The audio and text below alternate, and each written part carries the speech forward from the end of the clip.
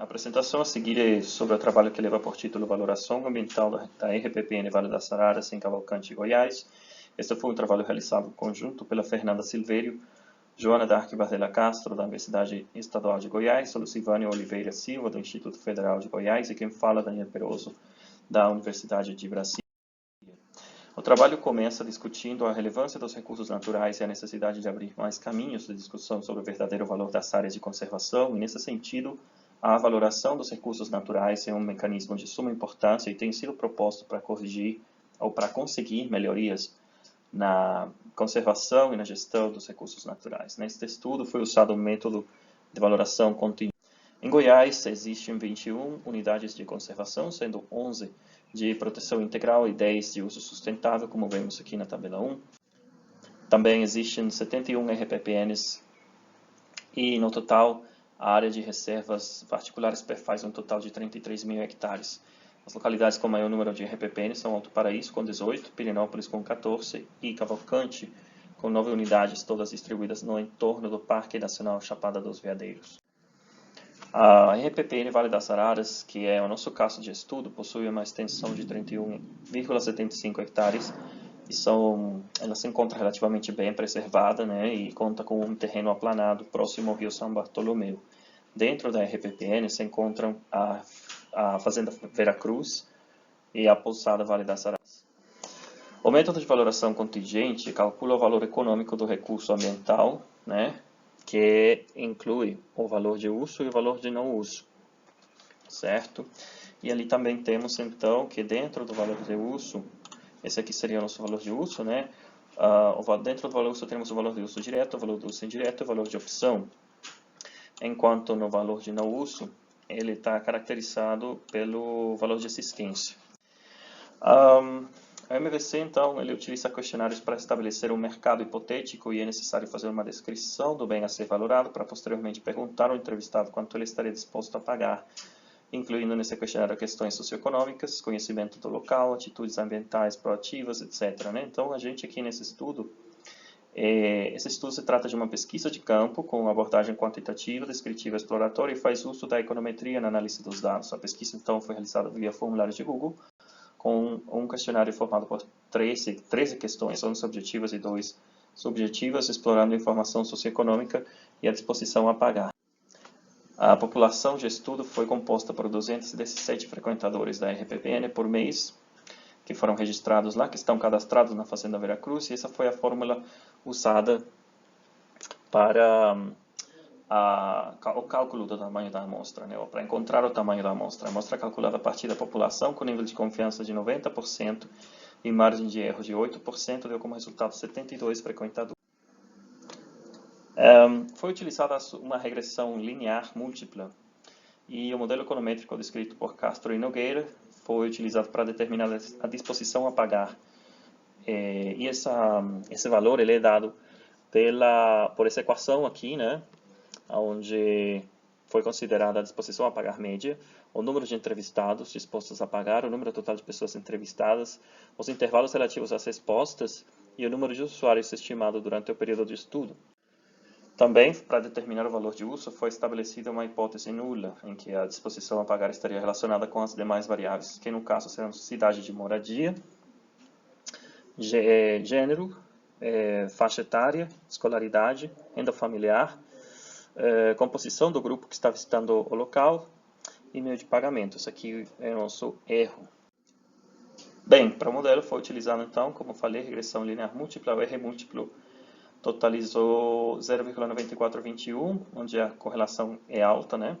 E o R quadrado expressa 0,8875, de modo que o modelo então apresenta 88,75% de poder de explicação, fora então aquele 11,25% das variáveis que não estão representadas aqui no modelo.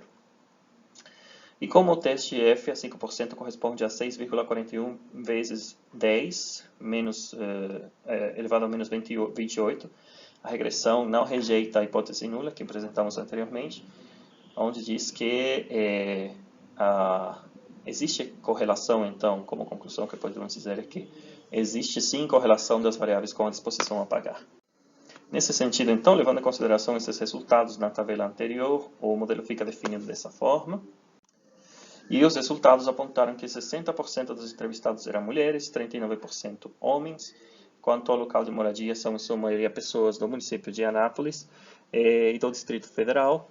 E a pesquisa também mostra que 51% dos visitantes possuem ensino superior completo, seguido pelo 25% que com estudo superior incompleto. O centro gráfico indica que a faixa etária dos visitantes de maior incidência estão entre 19 e 28 anos de idade, e a renda familiar predominante está acima de 4 e 6 salários mínimos. Das pessoas que se mostraram dispostas a destinar recursos financeiros para preservar a RPPN, a maioria está disposta a contribuir com o valor de R$ 5,00 por mês, seguido por um 28% que contribuiria com R$ 10,00, 15% R$ 20,00, 2% R$ 50,00 e 2% R$ 60,00. A média das exposições a pagar individuais dos moradores economicamente ativos das regiões vizinhas também foi somada para chegar na média final de R$ 10,65 por pessoa por mês.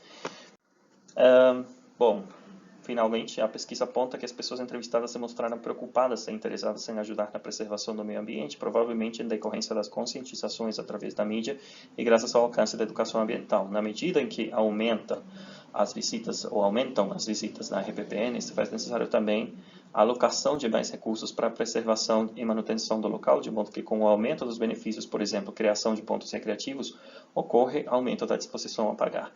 Com base nos cálculos feitos, a disposição a pagar média foi de 10,65 ao mês, para uma população visitante por mês de 217 pessoas, o que se resume em R$ 2.304,54 por mês e um valor de R$ 27.654,48 por ano. O valor da disposição a pagar registrado pode ser convertido numa fonte extra de recursos ou poderia inclusive se adotar uma estratégia mista de financiamento que envolva impostos, doações e a cobrança de taxas dos frequentadores.